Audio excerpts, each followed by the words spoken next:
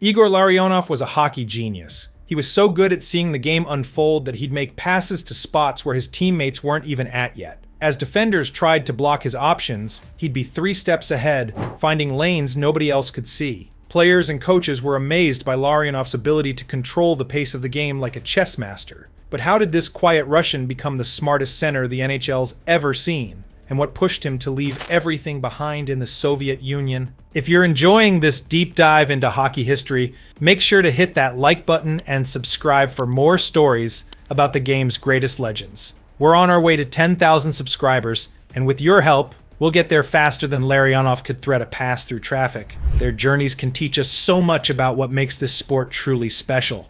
His story starts in Voskresensk, a small industrial Russian town. Even as a kid, Larionov just saw hockey differently. He wasn't the biggest guy out there, far from it, but man, his mind made up for what his body lacked. He processed the game in ways others couldn't, spotting patterns and possibilities that everyone else missed. When he joined Khimik Voskresensk at just 17, he instantly elevated everyone's game, despite being surrounded by grown men. The youngest player on the ice somehow made all the veterans look better. People noticed, of course. Larionov stood out as a teenage phenom, leading Khimik to their best season in years and catching the national team's attention. By 21, he'd earned his spot at CSKA Moscow, the legendary Red Army team, playing alongside Russian greats like Fedosov and Krutov. He was part of that rigid Soviet hockey machine, but even within that super-structured system, you could see his unique brilliance shine through. Playing for the Soviet national team, Larionov collected quite the trophy case: 2 Olympic golds, 4 World Championships, and the 1981 Canada Cup. But it wasn't just about winning, it was how he played. His approach was completely opposite to North American hockey. While Canadian and American players were all about speed, power, and dump and chase, Larionov moved at his own pace, treating the puck like some precious treasure that should never be given away. Those international battles against Team Canada really showed what made him special. Hockey experts worldwide noticed something incredible about Larionov. He elevated everyone around him. His line mates always seemed to have their best seasons when playing with him. It's like he could see their potential before they even recognized it themselves. Despite all his success with the national team, Larionov had this burning dream: testing himself in the NHL, where hockey was played every night, not just in international tournaments. His chance finally came in 1989.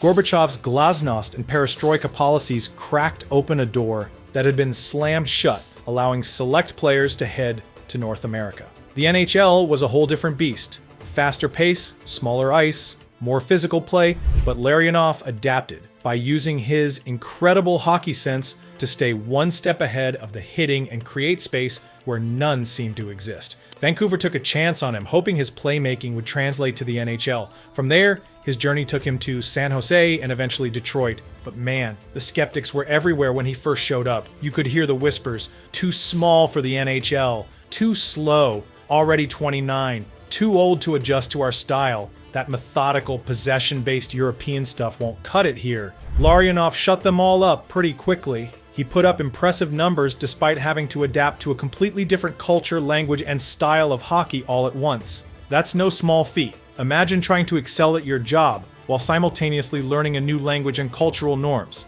with people constantly questioning whether you even belong. Watching Larionov play was like watching an artist at work.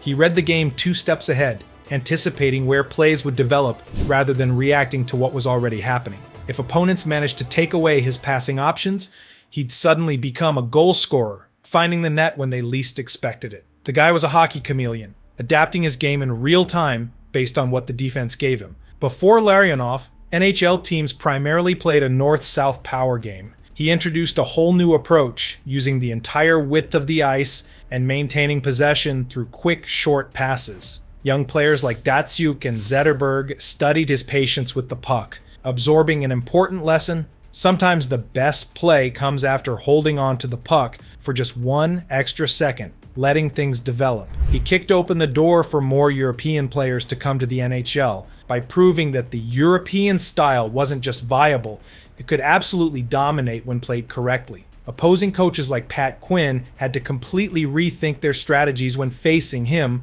often assigning 2 checkers just to try to contain him. As Father Time caught up with him, Larionov compensated brilliantly. He He couldn't move as quickly, so he positioned himself even more strategically, conserving energy by avoiding unnecessary movement. He'd glide into the perfect spot and let the puck and other players do the work around him. After 6 successful seasons with Detroit, he joined New Jersey for one final challenge before hanging up his skates, bringing his tactical genius to a team already known for its defensive structure. Even in his 40s, Larionov still had moments of absolute magic. He scored the triple overtime winner in Game 3 of the 2002 Stanley Cup Finals against Carolina, becoming the oldest player ever to net such a crucial playoff goal. After 14 NHL seasons and 3 Stanley Cups, he finally stepped away in 2004 at age 43, one of the oldest players in modern NHL history. He knew it was time when he couldn't consistently perform at the level his own high standards demanded. Retirement didn't mean Larionov was done with hockey. He moved into player representation, becoming an agent for young Russian players trying to navigate their way to the NHL.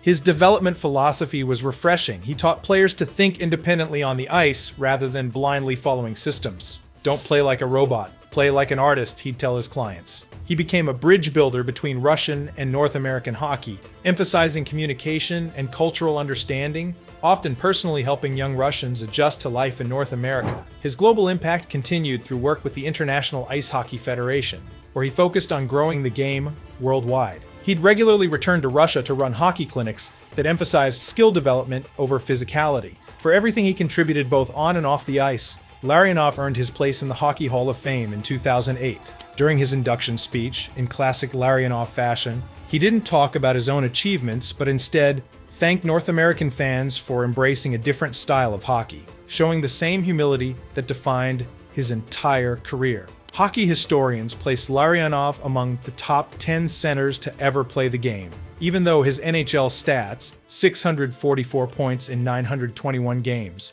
don't tell the whole story. Remember, he didn't arrive in North America until he was 29, leaving hundreds of potential NHL points on the table during his prime years in the Soviet League and international play. But numbers never captured Larionov's real impact anyway. His legacy was changing how North American teams approached puck possession and zone entries, influencing an entire generation of coaches to evolve beyond dump and chase hockey. If you're looking for a similar player today, maybe Nicklas Backstrom comes closest, but even he doesn't match Larionov's complete command of a game's tempo. There's a reason they called him the Professor. He could speed things up or slow them down at will, like a chess master toying with an opponent. Larionov once explained his approach in beautifully simple terms. I don't play fast, I think fast. My feet don't need to be quick if my mind is quicker than everyone else's. Despite his natural talent, the guy was a student of the game, studying film obsessively and reviewing entire games multiple times to understand defensive patterns. When asked what made him special, he'd always deflect credit to his early coaches in the Soviet system, saying they taught him to see hockey as a chess match rather than just a physical battle. That same disciplined approach served him well after hockey. From his wine business ventures to player representation, he tackled everything with methodical precision. His father, a factory worker who spent weekends in bone-chilling -30-degree weather taking Igor to 5 a.m. hockey practice, instilled in him a critical lesson. Talent without dedication means absolutely nothing. Hockey fans still wonder what might have been if Larionov had spent his entire career in the NHL. His numbers would have been astronomical, and North American hockey might have evolved much sooner. But his impact was profound nonetheless. The lasting image of Larionov isn't just the championships and medals, it's how he controlled games with subtle movements, barely breaking a sweat while everyone else raced around frantically. Fans who were lucky enough to watch him play still talk about how he seemed to slow down time itself when he had the puck, making defenders look like they were moving through molasses as he calmly found the perfect pass. That's Larionov's true hockey legacy, showing the world that you could dominate the game with your mind as much as your body. In a sport obsessed with size, speed, and physical dominance, Igor Larionov proved that intelligence and vision could still reign supreme. Thanks for watching this deep dive into the Professor and his remarkable journey. If you enjoyed this hockey history lesson, smash that like button, subscribe, and hit the notification bell so you don't miss our next video. We're showcasing a different hockey legend, and trust me, it's one you won't want to miss. Drop a comment below with which hockey legend you'd like to see featured next. Until then, keep your head up and your stick on the ice.